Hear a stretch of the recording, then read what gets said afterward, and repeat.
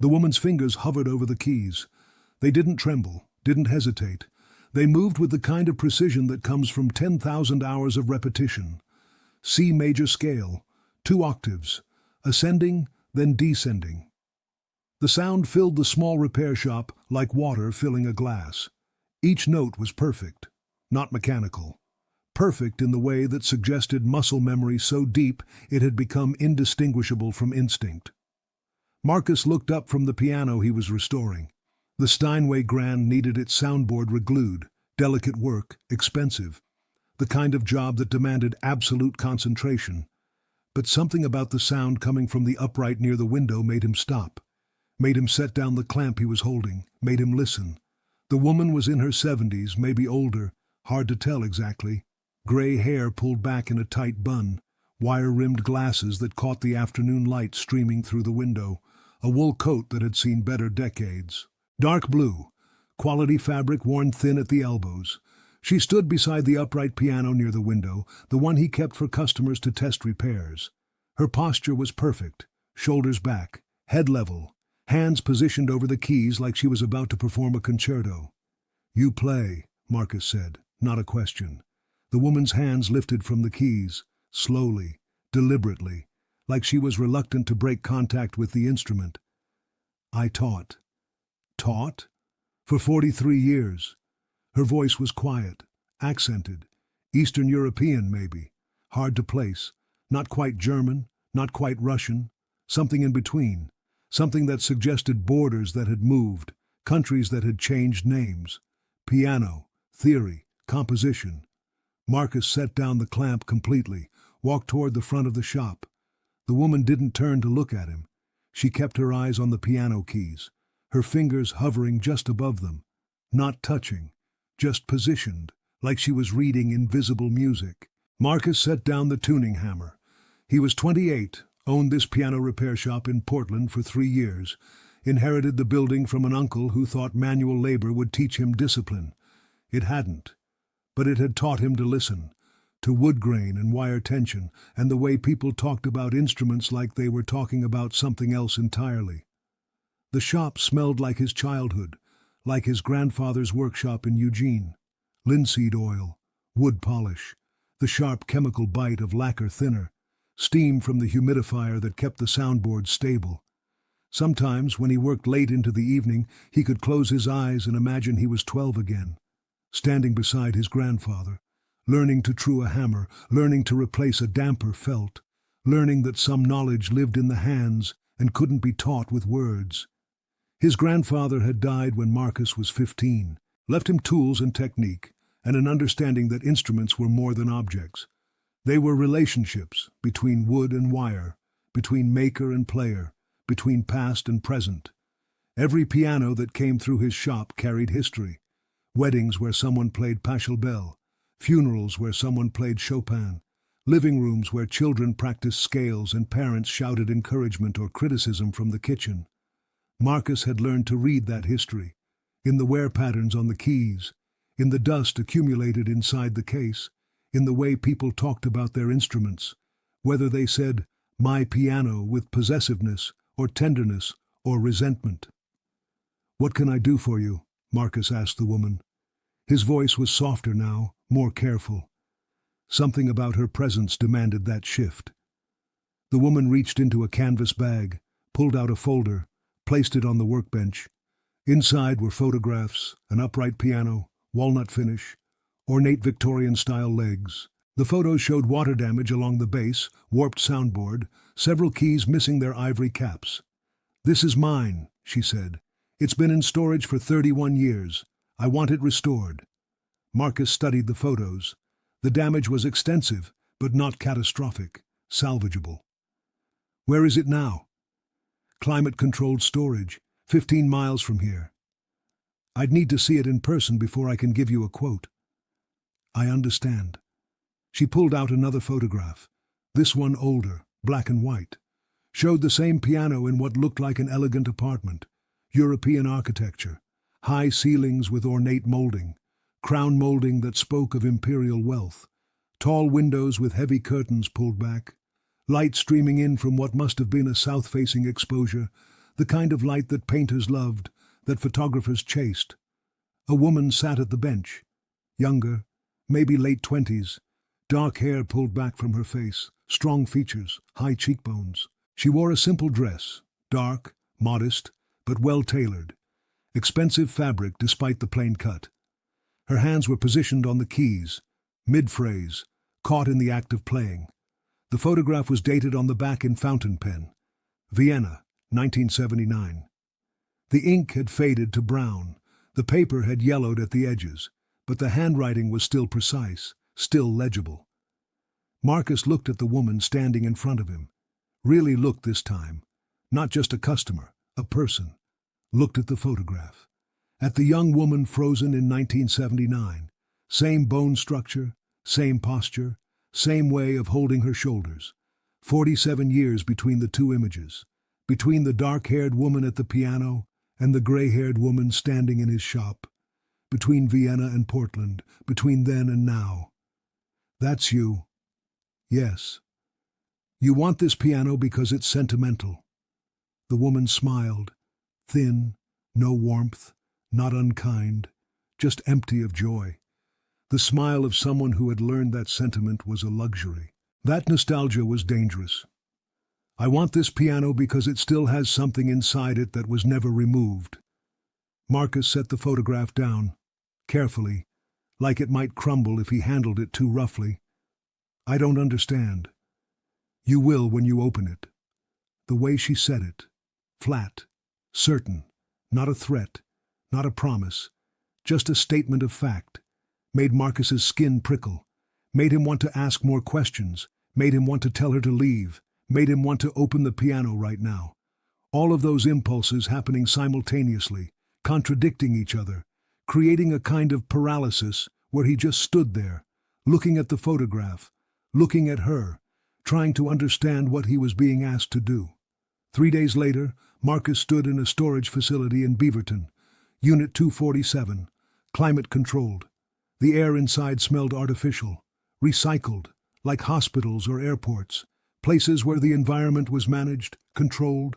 The hallway was narrow, fluorescent lights buzzing overhead, creating that specific frequency of sound that made his teeth ache if he paid attention to it. The woman had given him the access code and told him to go alone. She would meet him back at the shop. He had asked why. Why not come with him? She had just smiled that thin smile and said it was better this way. Better if he discovered it himself.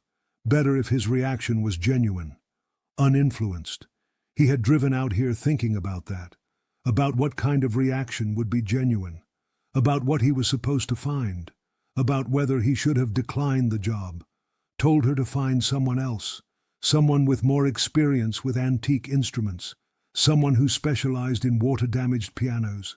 Someone who wouldn't ask questions, but he hadn't declined. Because curiosity was a kind of gravity, and he was already falling. The piano sat against the far wall, covered in a cotton drop-cloth. Marcus pulled the cloth away, slowly, like unwrapping something that might be fragile or dangerous. The walnut finish was dull but intact.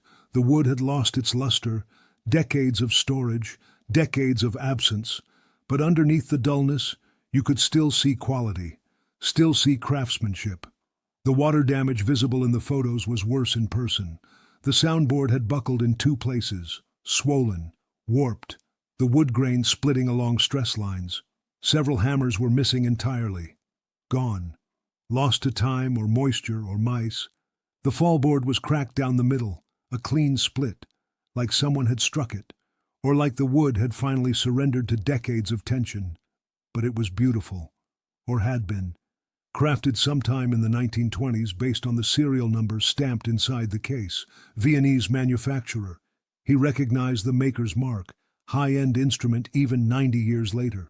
The kind of piano that would have cost a year's salary when it was new. The kind of piano that suggested wealth, status, cultural aspiration.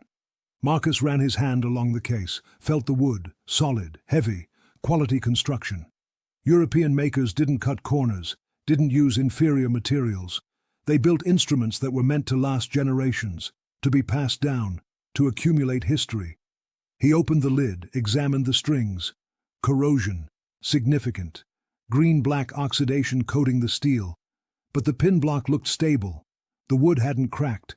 The structure was sound, restorable, expensive, time-consuming, but possible. He began the process of disassembly. This was the part of his work that required patience, attention, respect for the instrument. You couldn't rush disassembly, couldn't force anything. Had to understand how the piano was put together before you could take it apart. Had to work with the original builder's intentions, not against them. Removed the fallboard, unbolted the keyframe. Each screw turned slowly, carefully.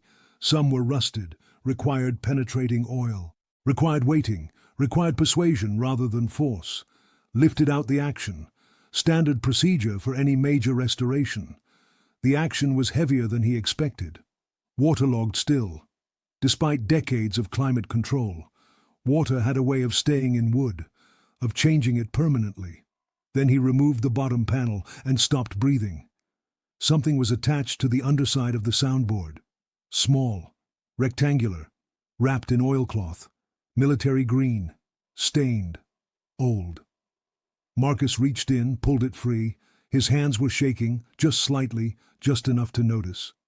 He unwrapped it carefully, slowly. The oilcloth was stiff, brittle, cracked at the folds. Inside was a device, metal, mechanical, precise, a recording device, reel-to-reel, miniature, no bigger than a deck of cards, but heavier, denser, wired directly into the piano's frame with thin copper wire, green with corrosion. The microphone was embedded in the soundboard itself, drilled in, placed so it would pick up sound from the strings, from the hammers, from conversations happening near the instrument, hidden, invisible from the outside. You would never know it was there unless you removed the panel, unless you looked. Marcus stared at it. His hands had gone cold, blood draining from his fingers, from his face. His mind was racing, trying to process, trying to understand. This was surveillance equipment, professional grade, installed by someone who knew what they were doing, installed by someone who needed to hide it. There were 3 reels, each one labeled with dates, written in the same careful handwriting that had dated the photograph. March 1977, August 1978, January 1979. Small, precise script, European style, the 7s crossed, the ones with serifs. He set the device down on the floor of the storage unit, pulled out his phone, took photographs, multiple angles, close-ups of the reels, of the wiring, of the way it had been installed, evidence, documentation, proof that he wasn't imagining this.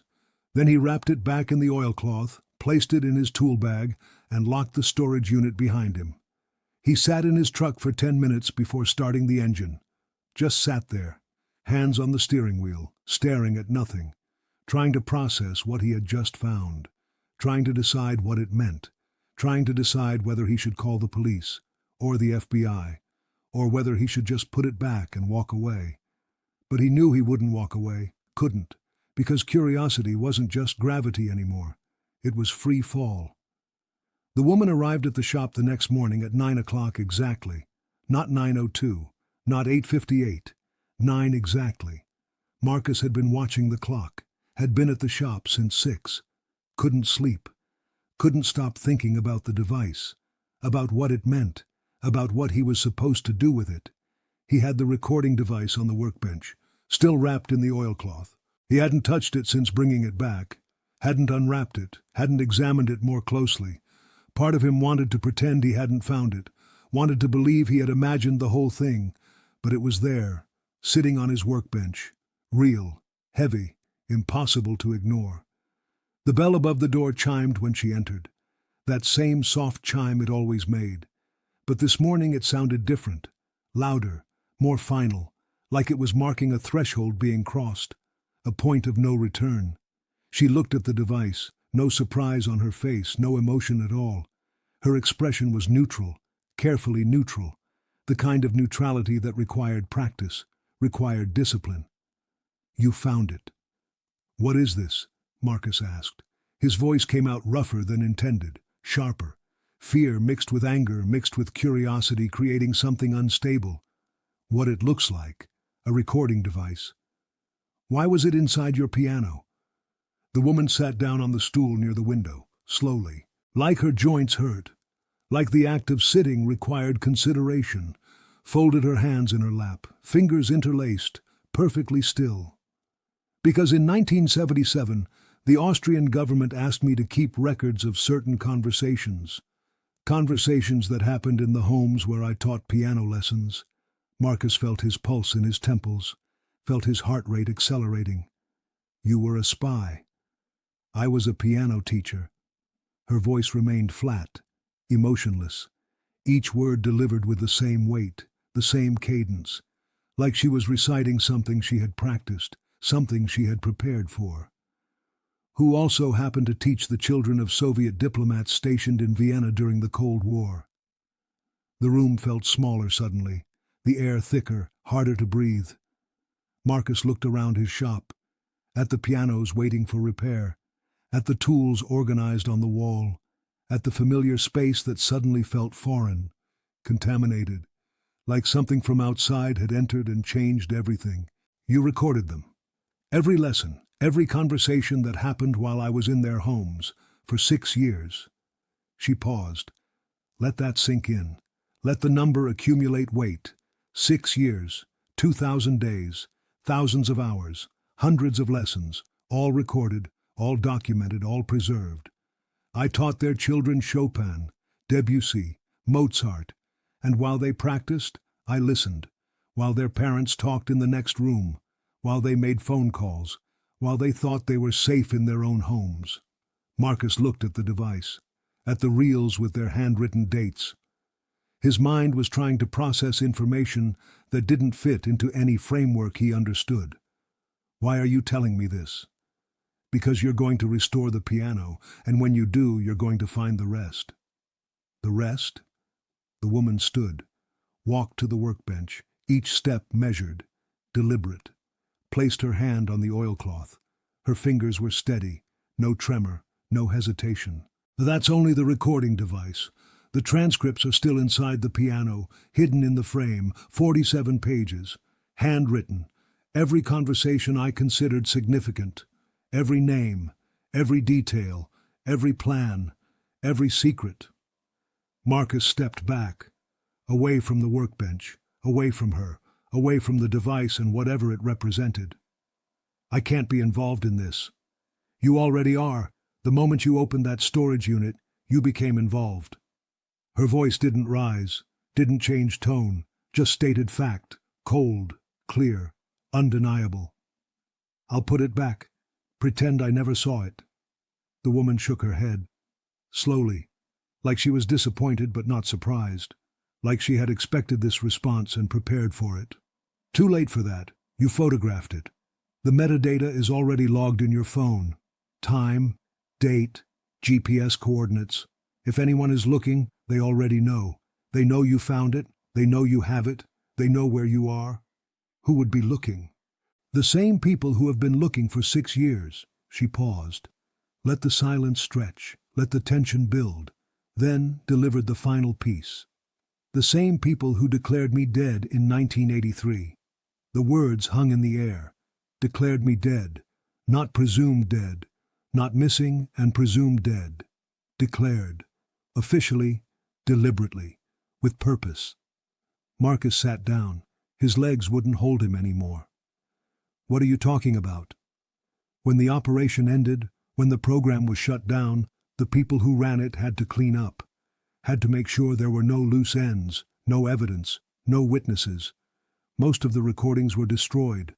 Most of the operators were given new identities, new lives. But some of us were erased more permanently. Some of us were declared dead so that no one would ever look for us, so that we would never be called to testify, so that we would disappear completely. And you? Car accident, Vienna, March 1983, single vehicle, no witnesses. Body burned beyond recognition. Dental records confirmed, closed casket funeral, everything official, everything documented, everything false. Marcus stared at her. This woman in her 70s, This woman who had walked into his shop and played a C major scale with perfect technique. This woman who was supposed to be dead. Why come forward now? The woman looked at him. Really looked. For the first time since she had entered the shop, her carefully maintained neutrality cracked.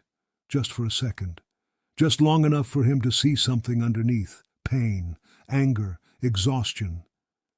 Because I'm tired. Because I'm 74 years old. Because the people who erased me are dying. Because I want my name back before it's too late. Marcus didn't sleep that night. Couldn't.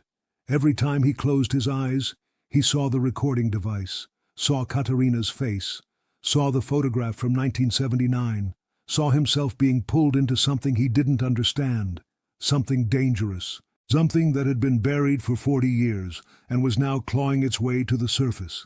He sat in his apartment, laptop open, searching for information he knew wouldn't be there. The apartment was small, one bedroom, books stacked on every surface. Not organized, not decorative, just accumulated. History books, technical manuals, biographies of composers and instrument makers, the detritus of a curious mind with no particular direction. He searched for her name, the one she'd given him when she first walked into the shop. Katerina Voss.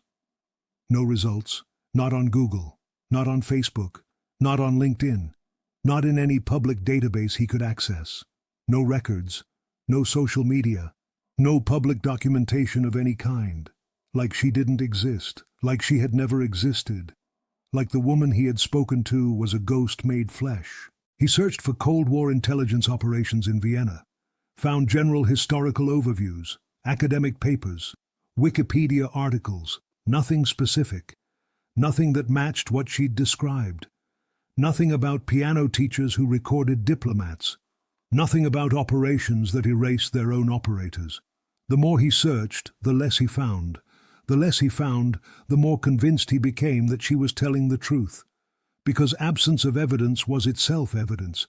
Because if she had been erased, this is what it would look like, this digital void, this deliberate emptiness. At 3 a.m, his phone rang. The sound was shocking in the quiet apartment. Harsh, intrusive. He looked at the screen. Unknown number.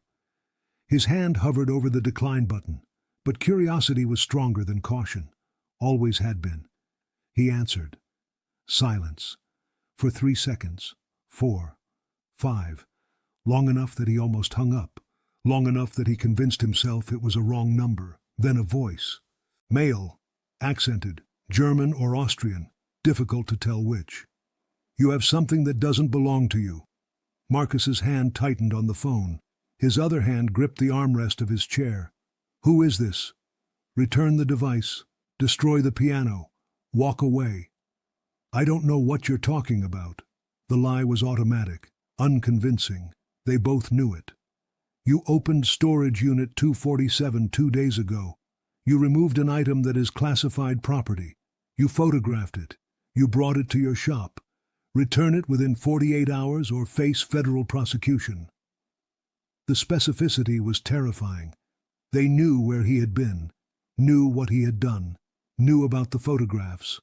Were they watching him? Had they been watching the storage facility? Had they been watching his shop? I don't have anything. Mr. Reeves. The use of his name was a cold shock, like ice water. We know your address. We know where you work. We know where your mother lives in Eugene. We know everything we need to know. Return the device. This is your only warning. The line went dead. Marcus sat motionless. His hands were shaking, violent tremors that made his phone rattle against his palm. He looked at the clock. 3:17 a.m. Looked at his phone. The call had lasted 19 seconds. No caller ID. No way to trace it. No way to prove it had happened except for the record in his call log. Unknown number. 19 seconds. 3 a.m. He didn't go back to sleep, didn't even try. Just sat in his chair, watching the windows, watching for movement, watching for cars that might be surveillance, watching for anything that suggested he was no longer alone, no longer safe, no longer living the ordinary life he had lived yesterday. By the time the sun rose, he had made a decision. He was going back to the storage facility. He needed to see if the piano was still there. Needed to verify that this was real, that he wasn't imagining threats, that the woman and the device and the voice on the phone were all connected to something actual, something that existed outside his own paranoia. At 8 o'clock the next morning, Marcus drove to the storage facility. Unit 247. The door was open, not broken. Opened with the access code. The piano was gone. The drop cloth was folded neatly on the floor. Nothing else remained. No marks. No evidence anything had been there at all. Marcus pulled out his phone, called Katerina. The number went to voicemail, a generic automated message. No personal greeting. He stood in the empty unit for 5 minutes. Then he drove back to the shop. The recording device was still in his tool bag. He'd brought it home the previous night. Some instinct told him not to leave it at the shop. He sat at the workbench. Unwrapped the device. Examined it more carefully now. The reels were intact. The wiring precise. Professional grade. Military or intelligence standard based on the construction. He needed equipment to play the reels. Equipment he didn't have. But he knew someone who did. Elliot Chen ran an audio restoration business 3 blocks from Marcus's shop. Specialized in archival recordings. Transferred old tapes to digital formats. Restored damaged audio for museums and historical societies. Fixed recordings that had been degraded by time or poor storage or equipment failure. Marcus had met him 2 years ago when a customer brought in a player piano with a damaged roll. Elliot had helped him understand the mechanics of the pneumatic system. They had become something like friends, or at least friendly acquaintances who respected each other's technical knowledge. Marcus walked in carrying the device wrapped in a towel. His hands were still shaking from the drive over, from lack of sleep, from the adrenaline that had been coursing through his system for 36 hours. The shop smelled like solder and coffee, electronics components spread across every surface. Oscilloscopes, signal generators, speakers in various states of disassembly. Elliot looked up from his workstation, saw Marcus's face, set down the circuit board he was working on. "You look like hell. Bad week. What do you need?" Marcus set the device on the counter, unwrapped it. The oilcloth crinkled, stiff, ancient. "Can you play this?" Elliot leaned closer, examined the reels, the device. His expression changed, from casual interest to focused attention, from friendly to professional. "Where did you get this? Does it matter?" "It might." Elliot picked up the device carefully, turned it over, examined the wiring, the construction, the manufacturer's marks. "This is surveillance-grade equipment, 1970s. Probably East German or Soviet manufacture based on the design. Definitely not legal to own in most contexts. Definitely not something you find at a garage sale." "Can you play it?" Elliot hesitated. Marcus could see him calculating, weighing risks, deciding whether to get involved, whether to ask more questions, whether to refuse. Then he nodded.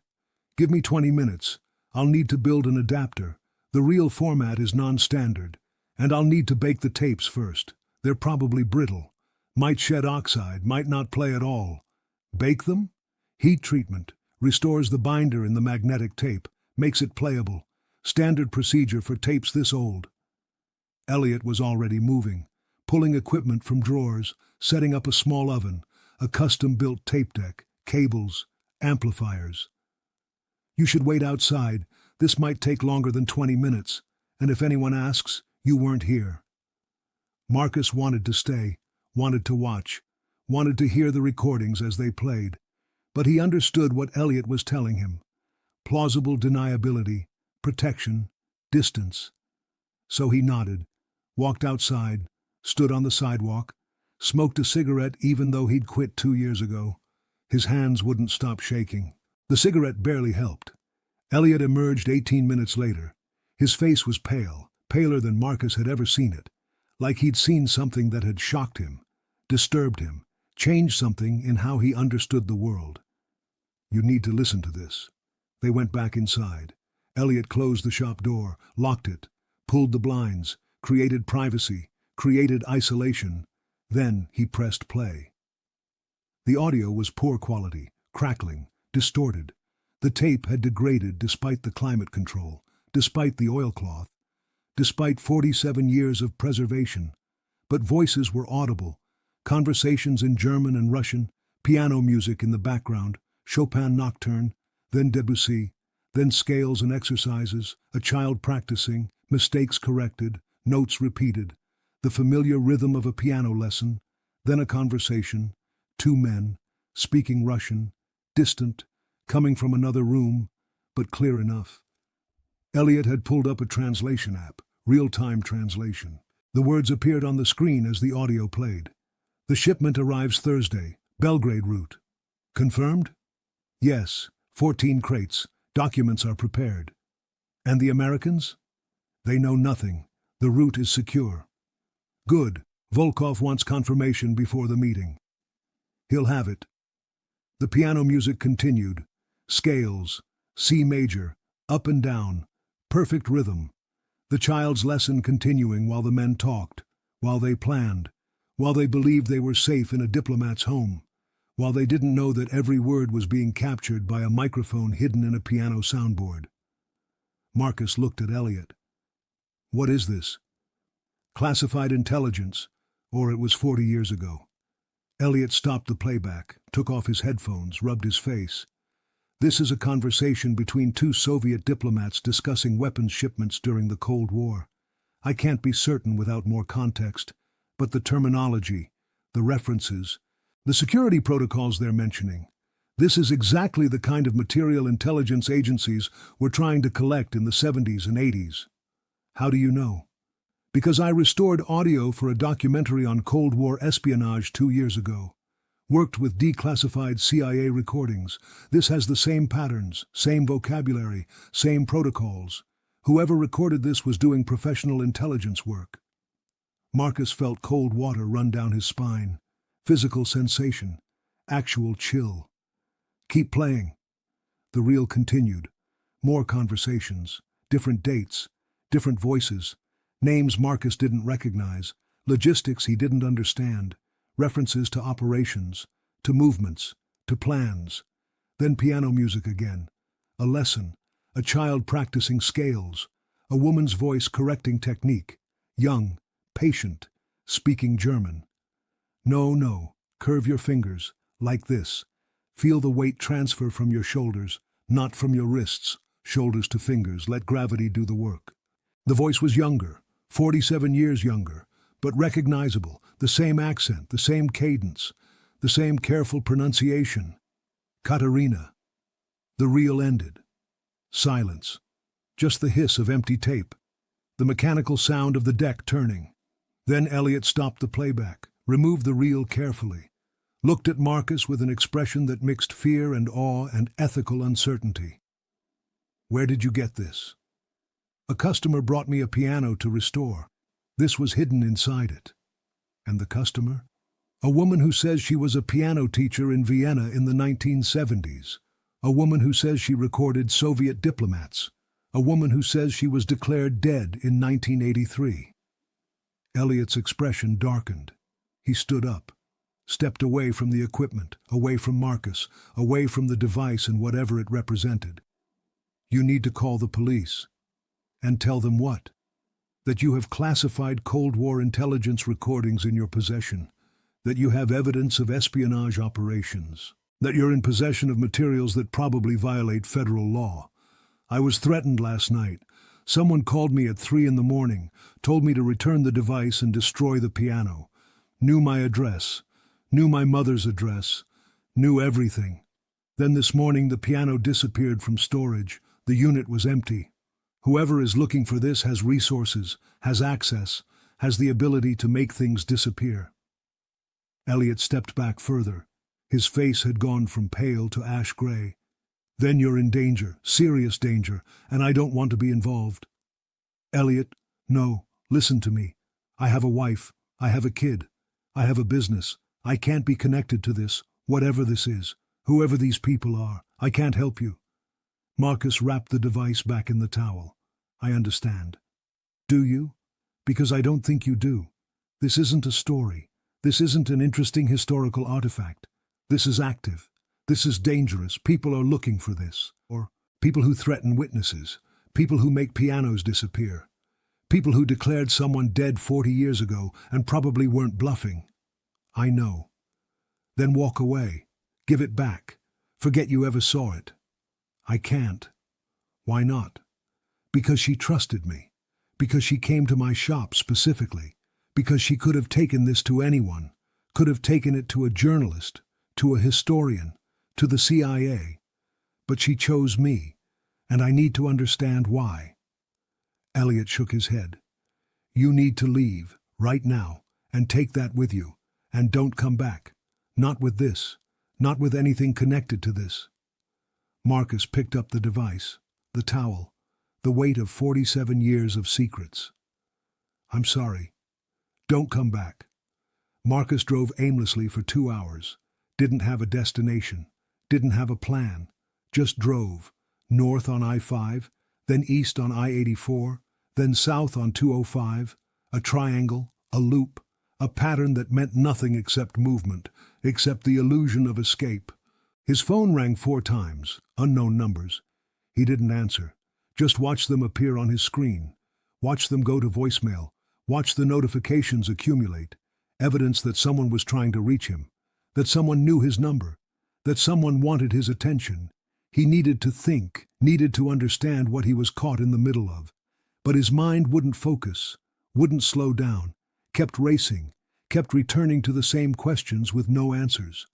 Katerina had brought him the piano knowing he'd find the device, knowing it would trigger a response, knowing it would put him in danger. She wanted this to surface, wanted someone to know, wanted the truth to emerge after 40 years of burial. But why him? And why now? What had changed? What had made this the right time to break silence, to risk exposure, to trust a stranger with secrets that people had killed to protect? His phone rang again. This time a local number. He recognized it. The storage facility. He answered. Mr. Reeves? The voice was familiar. The facility manager, nervous, uncomfortable. Yes. There's been an incident with Unit 247. We need you to come down here immediately. What kind of incident? Police are here. They're asking about the piano, asking about you, asking about access records. I didn't know what to tell them. I need you to come down here and talk to them. Marcus ended the call. Didn't respond. Just ended it. Then he turned the car around, drove in the opposite direction, west, toward downtown, away from the storage facility, away from questions he couldn't answer, away from police who might or might not be actual police, away from everything except the device in his tool bag and the decision he was going to have to make. Keep the secret, or expose it, protect himself, or protect the truth, walk away, or fall deeper. He already knew which one he was going to choose, had known since the moment he found the device, since the moment Katerina had told him her story, since the moment he understood that some things mattered more than safety. He just needed to figure out how to survive the choice. He parked outside a coffee shop in southeast Portland, sat at a corner table away from the windows, away from foot traffic, away from anyone who might recognize him or remember seeing him, pulled out his laptop, started searching. Piano teachers, Vienna, 1970s espionage. Nothing useful. Tourism articles, music school websites, historical overviews that didn't mention intelligence work. Soviet diplomats, Vienna Cold War. Hundreds of results, general historical information, academic papers, but nothing specific, nothing about recordings, nothing about piano teachers, nothing that connected to what Katerina had told him. Katerina Voss. Still nothing. The void remained. The absence persisted. No digital footprint, no paper trail, no evidence she had ever existed. Then he tried a different approach, stopped searching for her specifically, started searching for the patterns, for the operational signatures. Disappeared piano teacher, Vienna, 1983. One result, buried on page 7 of the search results. Easy to miss, easy to dismiss as irrelevant. A scanned newspaper article from an Austrian publication. Die Presse, dated March 12, 1983. The headline translated, "Local music teacher missing, presumed dead." Marcus clicked. The article loaded slowly. Scan quality was poor. Text recognition software had struggled with the Gothic typeface. But it was readable, just barely. The article was brief, professional, factual.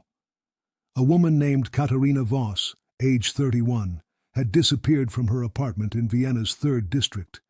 Last seen March 8th. No signs of struggle, no ransom demands, no witnesses. Neighbors reported hearing nothing unusual. Door was locked from the inside. Apartment showed no evidence of forced entry. Police suspected foul play based on the unusual circumstances, but had no leads. The case went cold after 6 months. Officially listed as missing, presumed dead, no body ever recovered.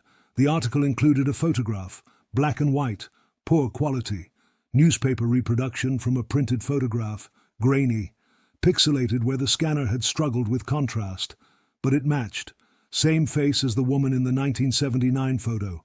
Same bone structure. Same sharp cheekbones. Same eyes that looked directly at the camera with absolute focus. Marcus read the article 3 times, saved it, downloaded the image, backed everything up to 3 different cloud accounts, evidence, documentation, proof that she hadn't lied, that this was real, that the woman standing in his shop was supposed to be dead. Then he closed the laptop, sat back, stared at nothing. She had been erased, officially declared missing, presumed dead, just like she said. And she had lived 42 years in that erasure. 42 years of not existing, of being a ghost, of watching the world move forward while she remained trapped in March 1983. His phone buzzed. Text message, unknown number. Meet me at Powell's Books, 3rd floor, philosophy section, 1 hour.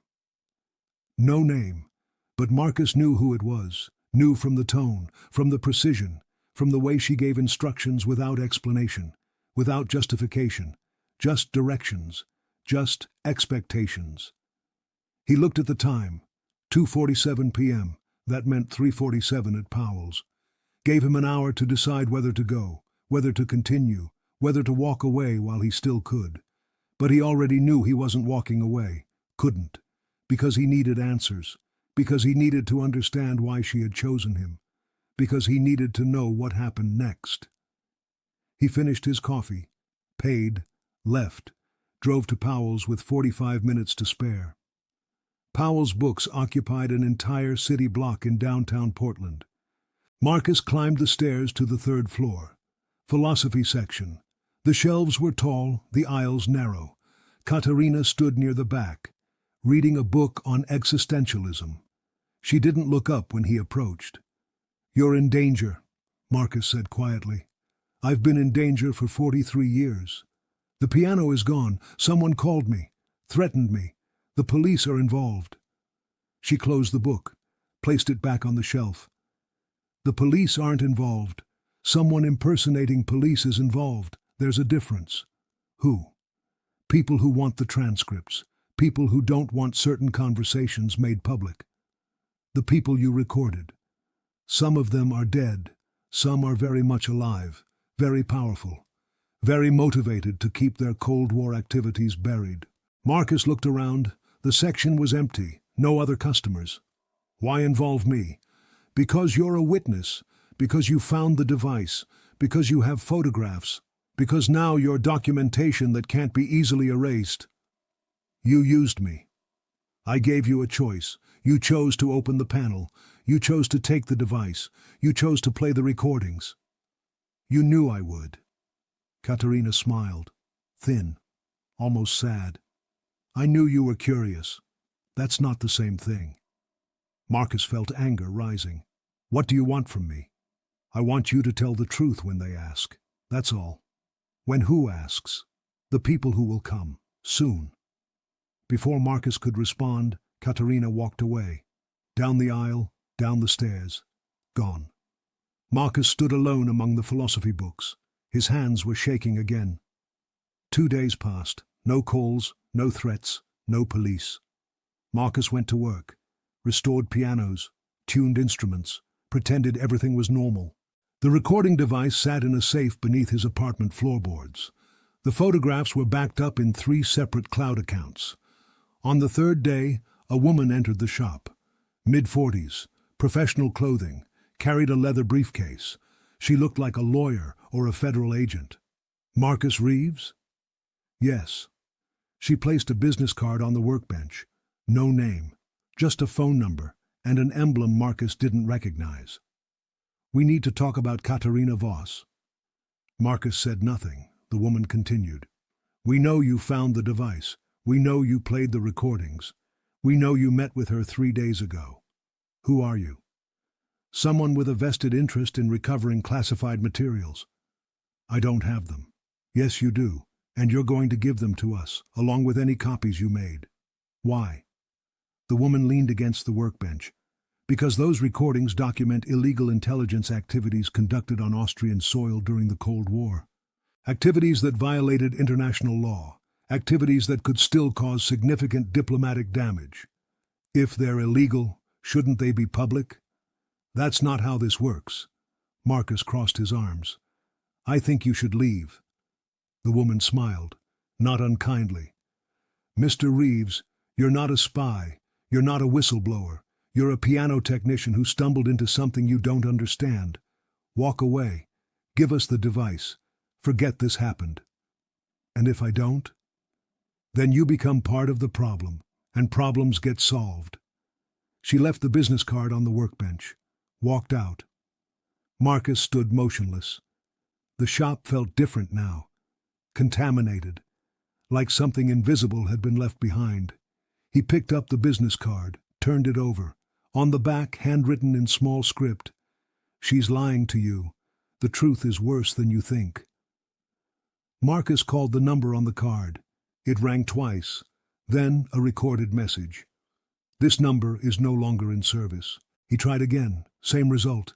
He looked at the handwriting on the back, tried to match it to the handwriting on the real labels. Different, not Katerina's. His phone rang, unknown number. He answered. You're making this harder than it needs to be. The voice was the same one from the first call, German or Austrian accent. Who are you? Someone who wants to help you. By threatening me?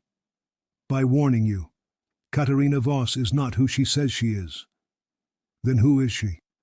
Someone who worked for both sides, someone who traded secrets to the highest bidder, someone who disappeared because her own people wanted her dead. Marcus's throat went dry. I don't believe you. Then ask her why she never came back, why she stayed hidden for 40 years, why she's surfacing now when the people she betrayed are old and dying and can't defend themselves. The line went dead. Marcus didn't go home that night. He checked into a motel in Gresham, paid cash, didn't use his credit card, kept the recording device with him. He sat on the bed, opened his laptop, started searching again. Katerina Voss, double agent. No results. Vienna Cold War defectors 1983. Hundreds of results. General information. Nothing specific. Then he found something. A declassified CIA document from 1984, redacted heavily. But one section was readable. Asset Nightingale successfully extracted from Vienna following exposure. Cover identity maintained. Relocation to Konus completed March 1983. Asset remains inactive pending debrief conclusion. Nightingale. Codename. No real name given. Marcus kept reading. Found another document. Dated 1987. Asset Nightingale debriefing concluded. Intelligence value assessed as high. Recordings and transcripts secured. Asset granted new identity under witness protection protocols. Recordings and transcripts. Hidden in a piano. Marcus closed the laptop, lay back on the bed, stared at the ceiling. Katerina wasn't a victim, she was an asset. A spy who worked for the Americans, who recorded Soviet diplomats and handed the intelligence to the CIA. And now she was using him to bring the truth to light. But why? The next morning, Marcus called Katerina's number. It went to voicemail. He left a message. I know what you are. I know you worked for the CIA. I know the recordings were intelligence operations. Call me back. She called back 3 hours later. Meet me, same place, 1 hour. Powell's Books, 3rd floor, philosophy section. Katerina stood in the same spot. Same expression. No surprise, no fear. Marcus walked up to her, kept his voice low. You were CIA. I was a piano teacher who occasionally provided information to people who asked for it. That's not the same thing, isn't it? You lied to me. Katerina shook her head. I never lied. I told you I recorded conversations. I told you I was erased from official records. I told you the transcripts were still inside the piano. All of that is true. You didn't tell me you were working for American intelligence. You didn't ask. Marcus felt frustration rising. Why are you doing this? Why bring this to the surface now? Katerina pulled a folded newspaper from her bag, handed it to Marcus. It was from a European publication, dated 2 weeks ago. The headline, Former Soviet Diplomat Dies at 89. The article detailed the death of a man named Dmitry Volkov, former Soviet ambassador to Austria in the 1970s and 1980s, respected diplomat, died peacefully in Moscow. Katerina pointed to the photograph. I taught his children piano. I recorded his conversations. I handed them over to the CIA. Those conversations documented weapons smuggling, political assassinations, and intelligence operations that killed American operatives.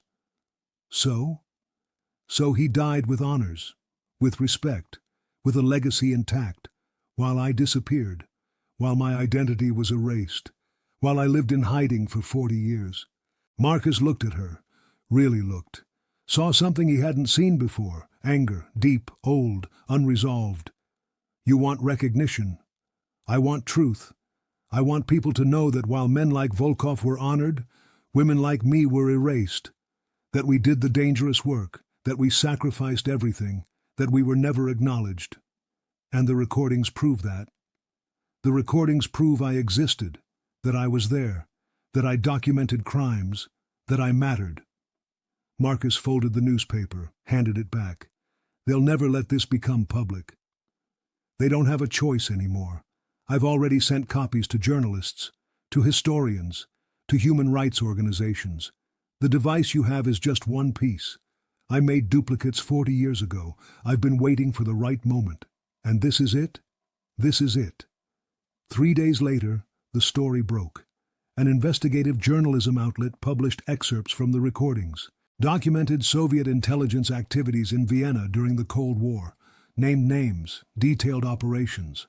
The article included Katerina's story, her real identity, her work as a CIA asset, her erasure from official records. The response was immediate, denials from the Austrian government, no comment from the CIA, outrage from historians, demands for declassification of related documents.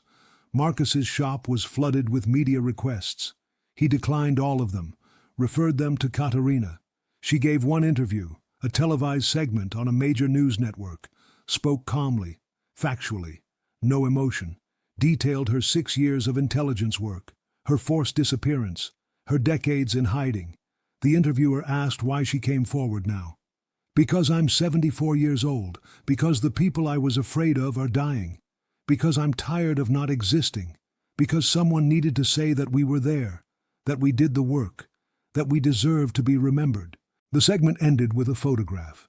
The upright piano in Vienna, 1979.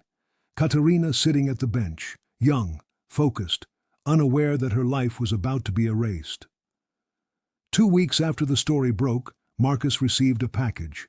No return address. Inside was a letter, handwritten, Katerina's script. Thank you for being a witness. Thank you for not walking away. The piano has been recovered. The transcripts are now in the National Archives. My identity has been restored. I exist again.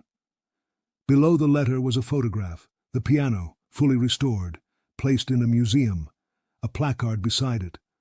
Upright piano, Vienna, 1977-1979, used by CIA asset Nightingale to record Soviet diplomatic intelligence, part of Cold War espionage operations, restored 2025. Marcus pinned the photograph to the wall in his shop, above his workbench, next to photographs of other pianos he'd restored. But this one was different. This one had been more than wood and wire and hammers. This one had been proof, evidence, a voice for someone who had been silenced. A month later, an elderly woman entered the shop. Not Katerina. Someone else. She carried a violin case. "My grandfather's violin," she said. "It's been in storage for 50 years. I want it restored." Marcus took the case, opened it carefully. The violin was old, damaged, but beautiful.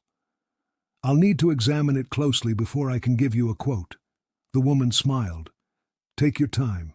There's something inside the case, in a hidden compartment. My grandfather told me before he died. He said when the time was right, someone would find it." Marcus looked at her, saw the same expression he'd seen in Katerina. Secrets, weight, decades of silence. "What's inside?" "Letters. From the war. That were never supposed to exist." Marcus set the violin down gently, looked at the woman, looked at the instrument. "I'll be very careful." The woman nodded, turned to leave, paused at the door. "My grandfather said the truth has a way of surviving, even when people try to bury it, even when it takes 50 years. She left. Marcus stood at the workbench, the violin case open, the wood grain catching the light. He thought about recordings hidden in pianos, letters hidden in violins, truths hidden in instruments that outlived the people who created them. And he understood something he hadn't before. Music doesn't just preserve sound. Sometimes it preserves memory. Sometimes it preserves witness. Sometimes it preserves the voices of people history tried to erase. He lifted the violin carefully, began his examination. Somewhere inside, the truth was waiting. The days after the story broke were strange. Marcus's shop became a destination. People came not to repair instruments, but to see the place where the piano teacher's secret had surfaced.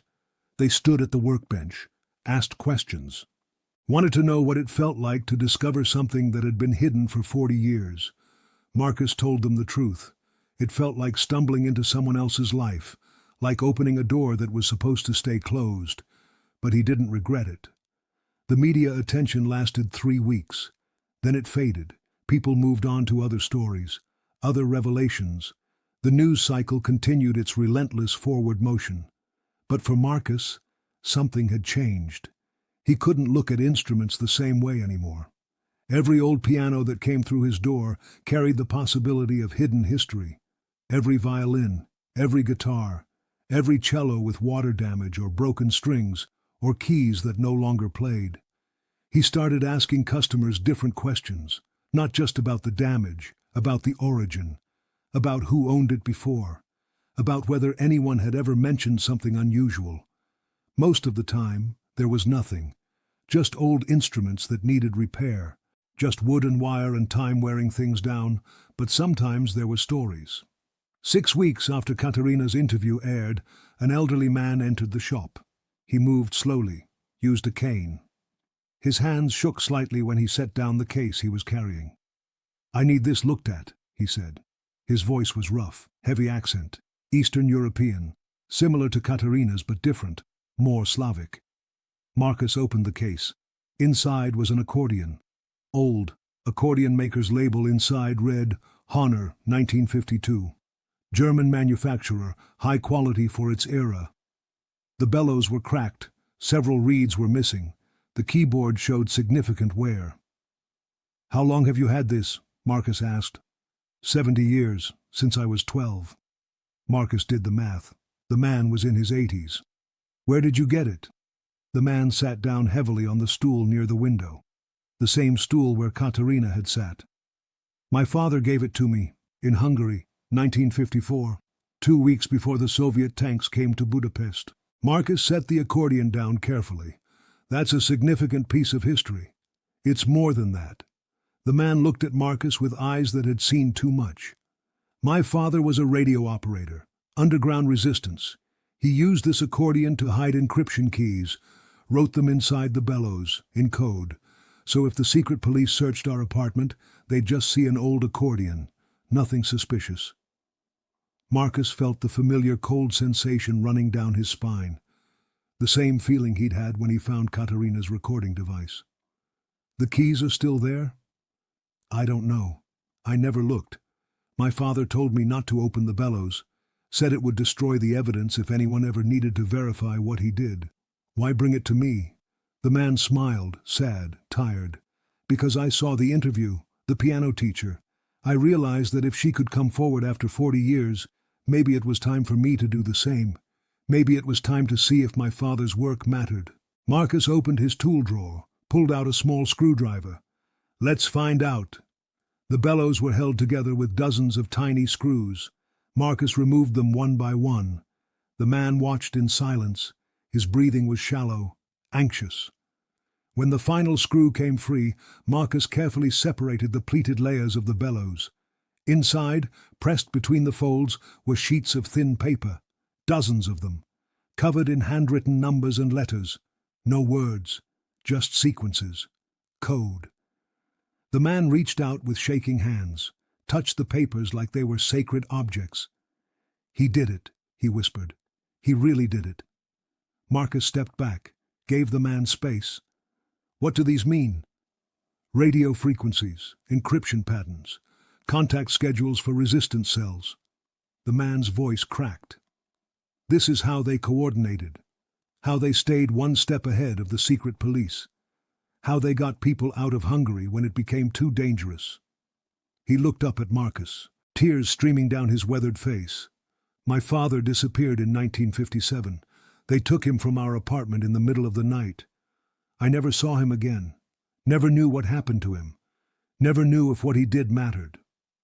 It mattered, Marcus said quietly. The man gathered the papers carefully, held them against his chest. I need to document this, need to find historians who study the Hungarian Revolution, need to make sure people know. I can help with that, Marcus said. I know people now. After Katerina, I know who to contact. The man nodded, stood slowly, extended his hand. Thank you. Marcus shook it. What's your name? Laszlo. Laszlo Kovacs. Your father would be proud. Laszlo's face crumpled. He wept openly. No shame, just release. Decades of not knowing transformed into evidence, into proof, into meaning. After Laszlo left, Marcus sat at the workbench for a long time. The accordion sat open, the bellows exposed, the hiding place revealed. His phone rang. He looked at the screen. Katerina. He answered. I heard you had a visitor, she said. Word travels fast. In our community it does. Your community. People who hid things. People who preserved truth in unlikely places. People who waited. Marcus looked at the accordion. How many are there? More than you'd think. Fewer than there should be. Many of them are dying now, taking their secrets with them because they don't know it's safe to speak. And you're reaching out to them. I'm telling them what happened with you, what happened with my piano. I'm telling them there's someone who will listen, someone who will document, someone who will help bring the truth forward. Marcus felt weight settling on his shoulders. I'm just a piano technician. You're a witness. That's more important. What if I don't want this responsibility? Katerina's voice softened. Then you say no, and I'll understand. But I think you already know you won't say no. Marcus looked around his shop, at the instruments waiting for repair, at the tools organized on the wall, at the photograph of the restored piano now hanging beside his workbench. How many more? I don't know. Maybe 10, maybe 50. People who hid documents in cellos, people who encoded messages in sheet music, people who carried secrets in the very things that brought beauty into the world.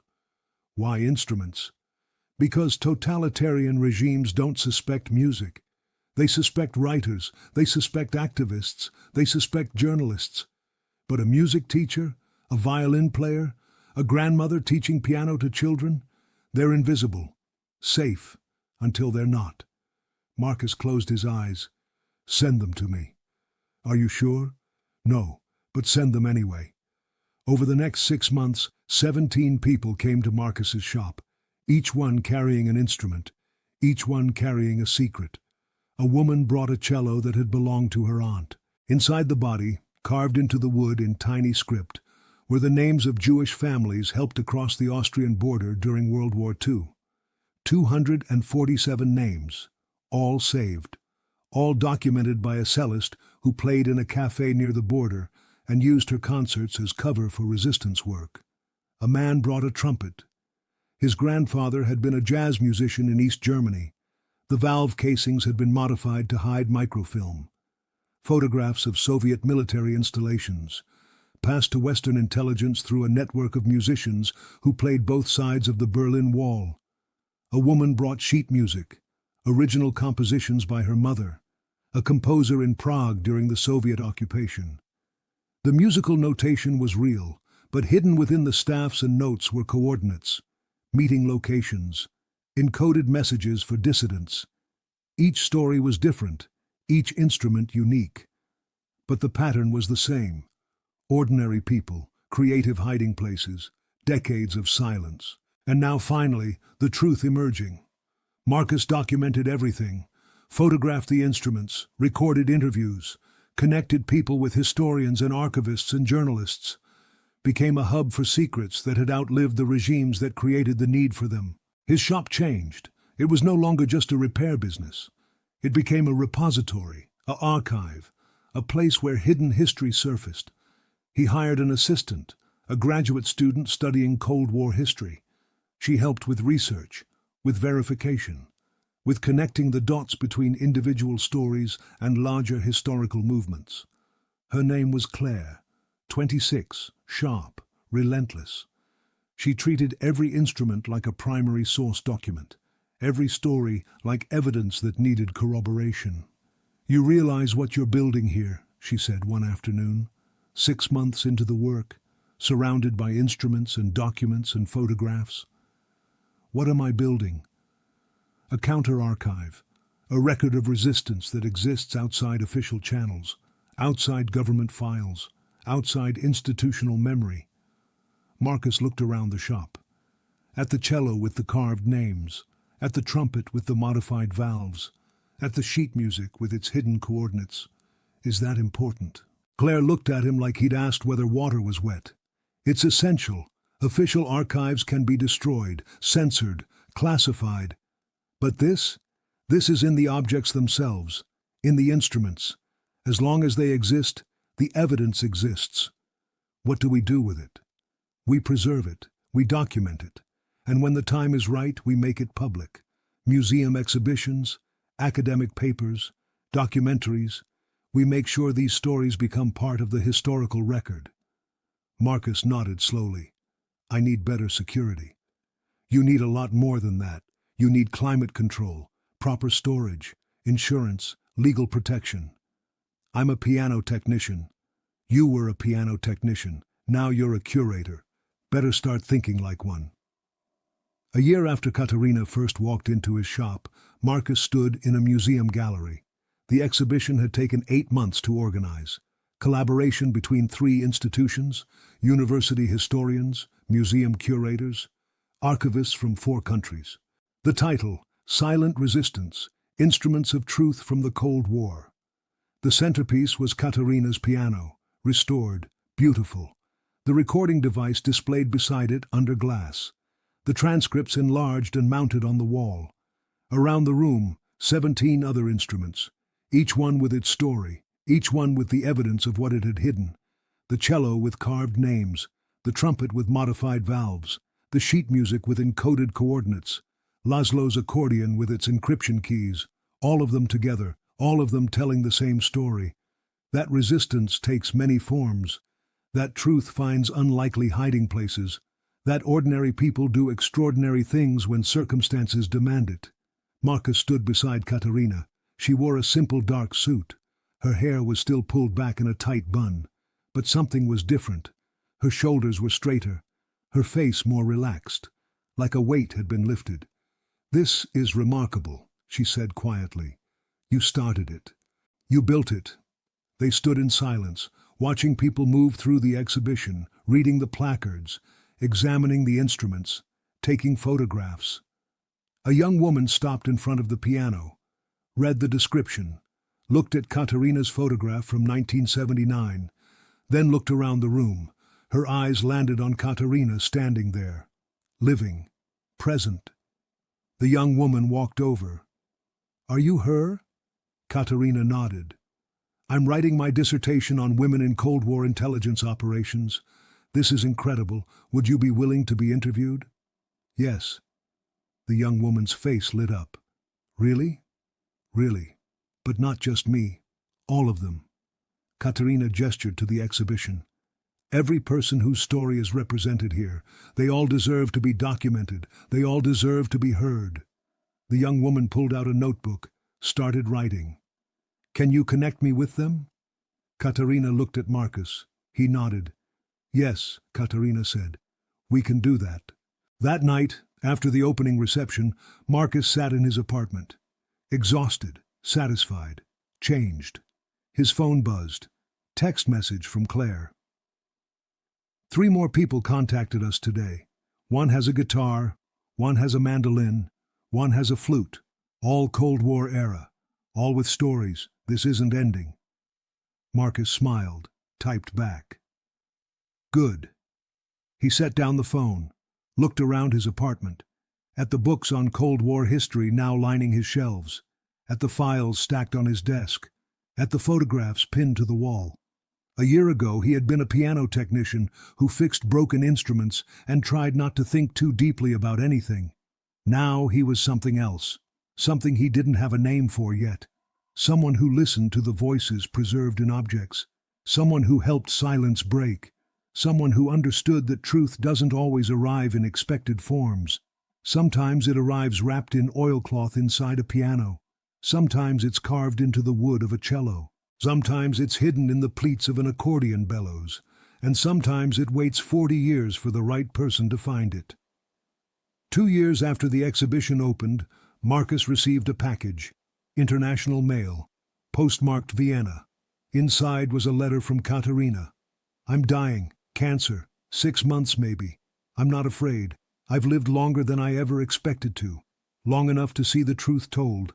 Long enough to exist again. I wanted to thank you one more time for believing, for not walking away, for building something that will outlast both of us. There's something else in this package, my final secret.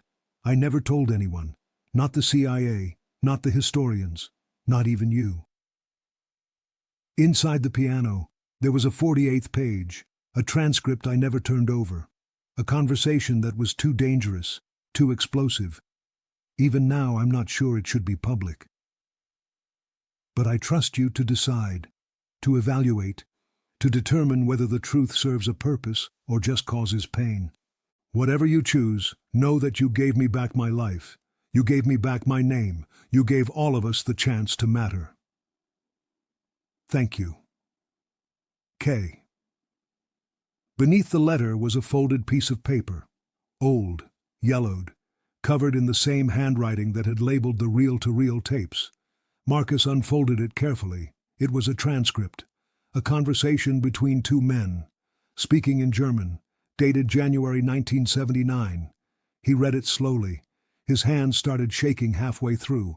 The conversation documented a planned assassination, a Western diplomat, names, dates, methods.